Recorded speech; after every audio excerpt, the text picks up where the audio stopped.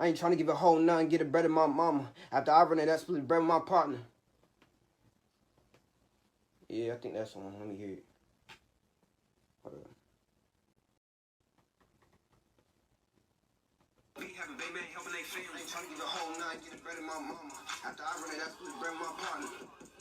This is Braylon J speaking here, and I just wanted to speak on or talk about what music means to me or why I make music.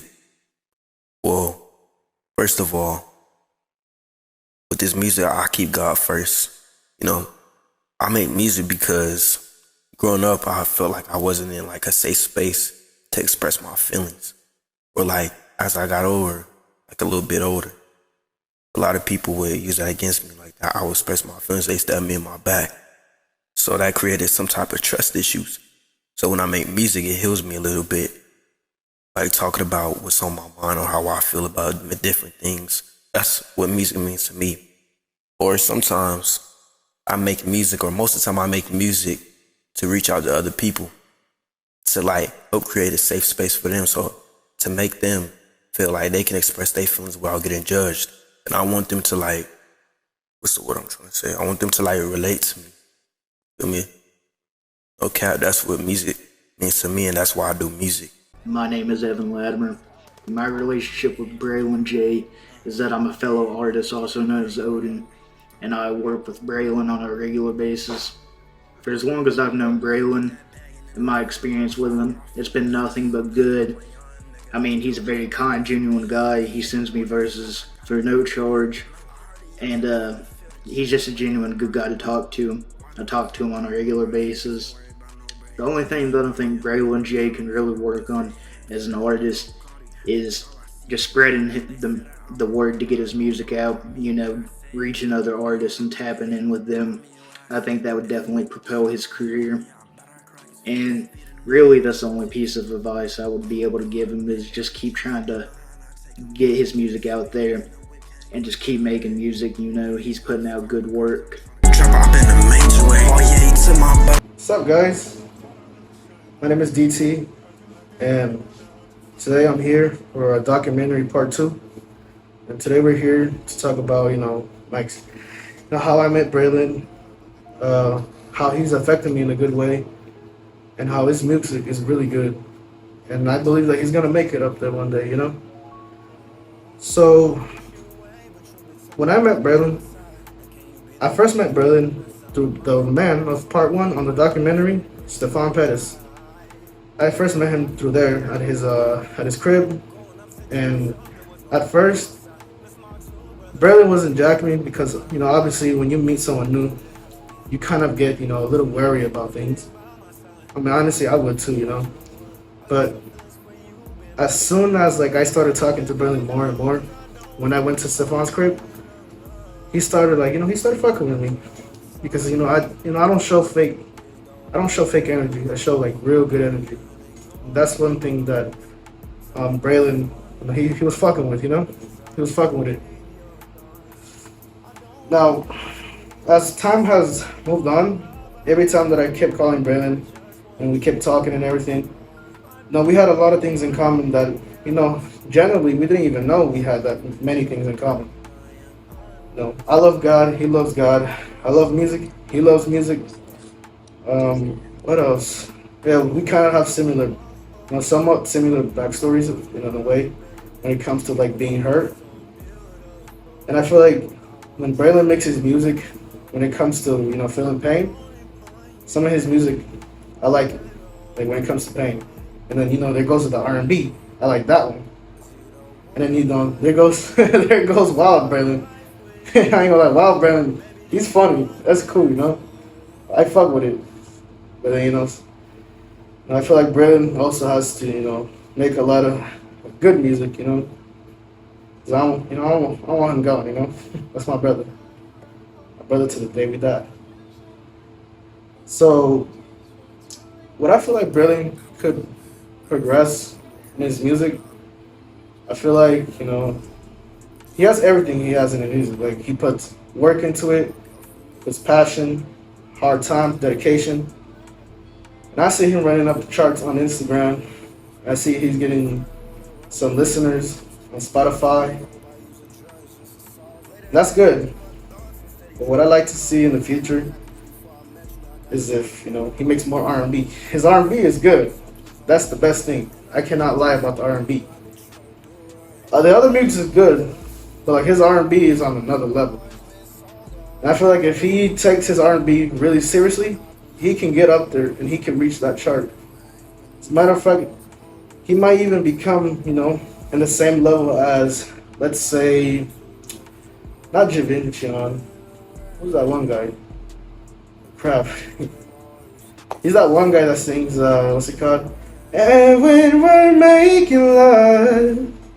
I can't remember his name, but if y'all know what I'm talking about, then y'all know.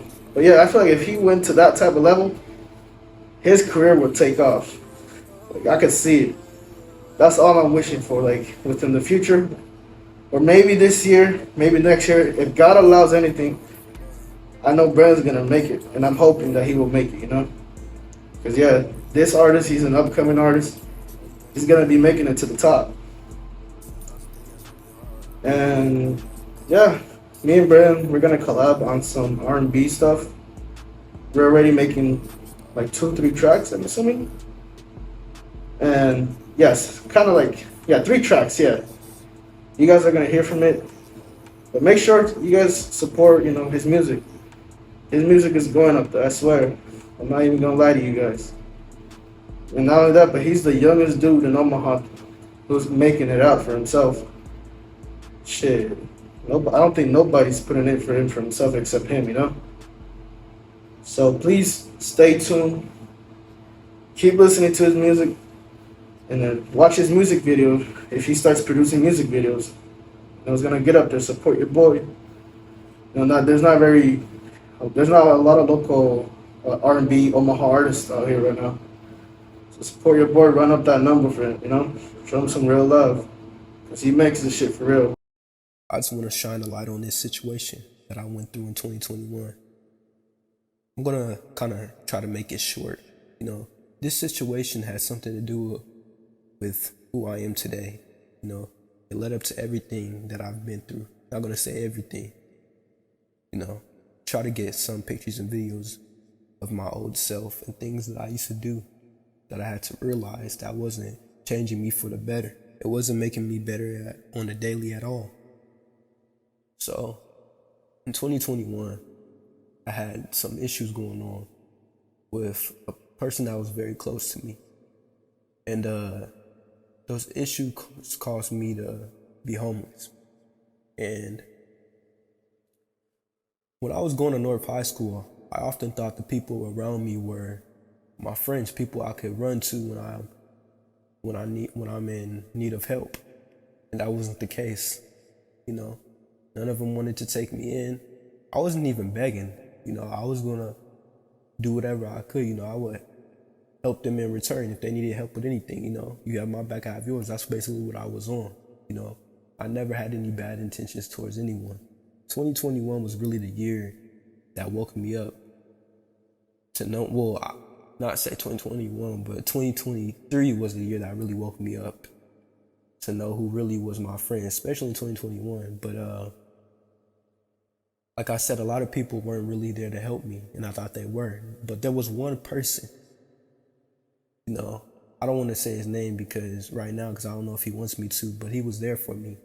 He knew his parents wouldn't be able to take me in. He wouldn't want him to take me in, so what he did was he would sneak me into his garage, and I would sleep in the car for days, like a lot of days, just so I wouldn't be out on the streets.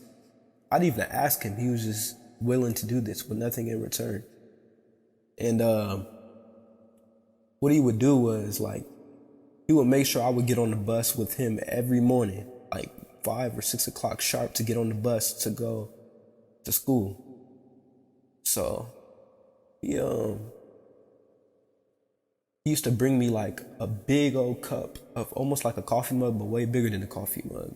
Bigger than that, with warm water and soap with it and towels. Two different cups for me to wash up and brush my teeth.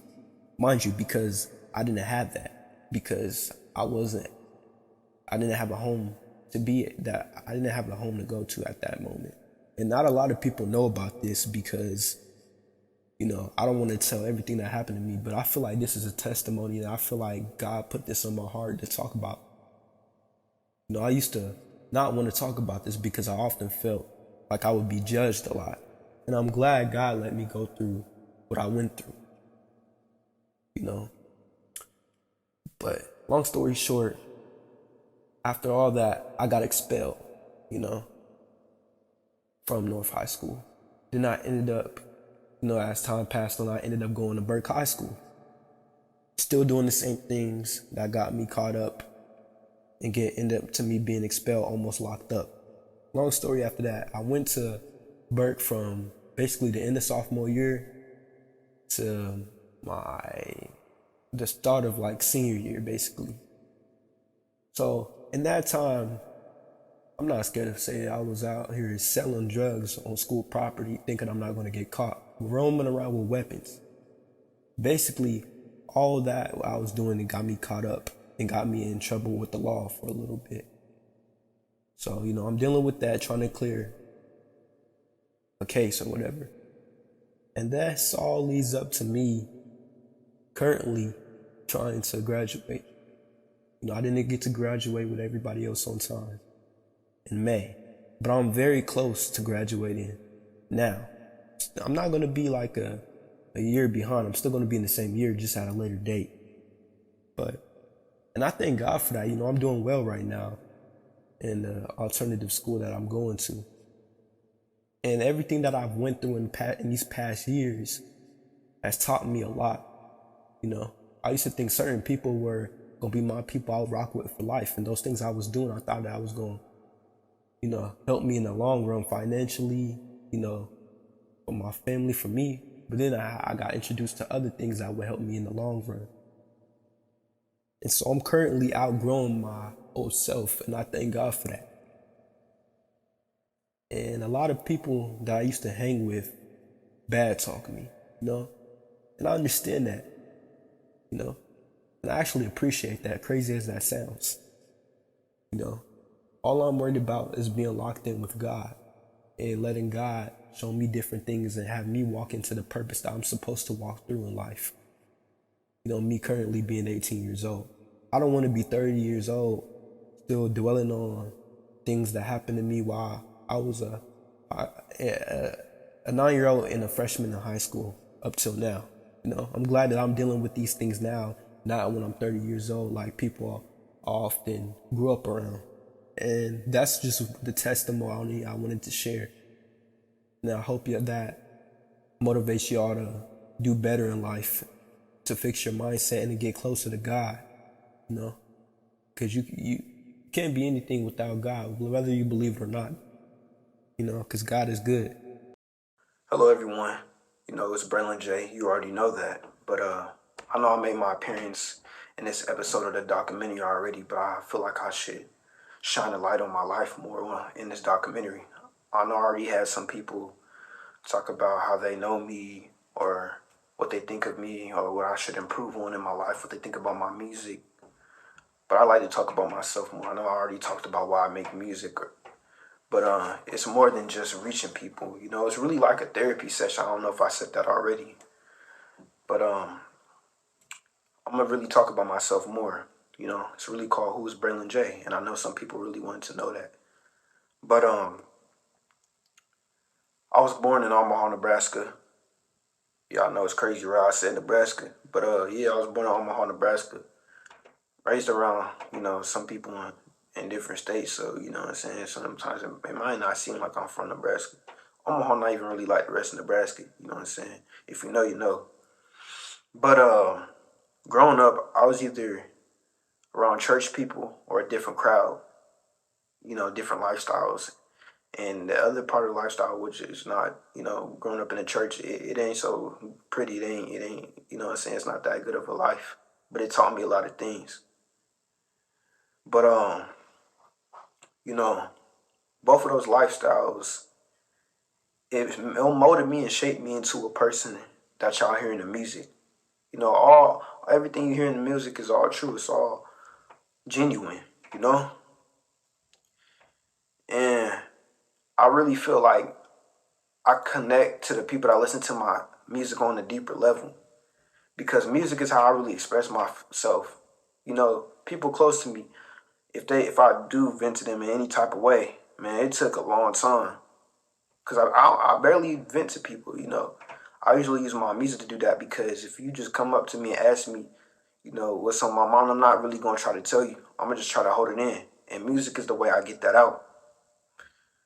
So yeah, and you know, I feel like music is a beautiful thing. A lot of people just do music just for the fun of it. It's not a hobby to me. You know, it's more than just me doing music. You know, music is me. You know what I'm saying? If that makes sense. Music is not what I do. It's really who I am. You know, so I don't really know how to explain that, but those are the words. I feel like that can explain that a little bit. You know what I'm saying? So I just wanted to say that. But and I really appreciate all the people that's been listening to my music because that really means a lot to me. You know, that I get to talk to people around the world, you know, around the country that can listen to my story. I can be a testimony to other people. I could be positive because I'm a positive person. I might have times where I have negative intentions towards something, which is not really all a lot. But you know that's everybody. You know that you're human. You're gonna have bad days. Not everything's gonna be perfect. But yeah, I just appreciate my supporters. You know, I'm not gonna say fans because I don't think anybody could be a fan of me. You know, I'm a really humble person, but I say supporters because y'all really support me in this movement. And I thank y'all for that. Thank you for watching this documentary.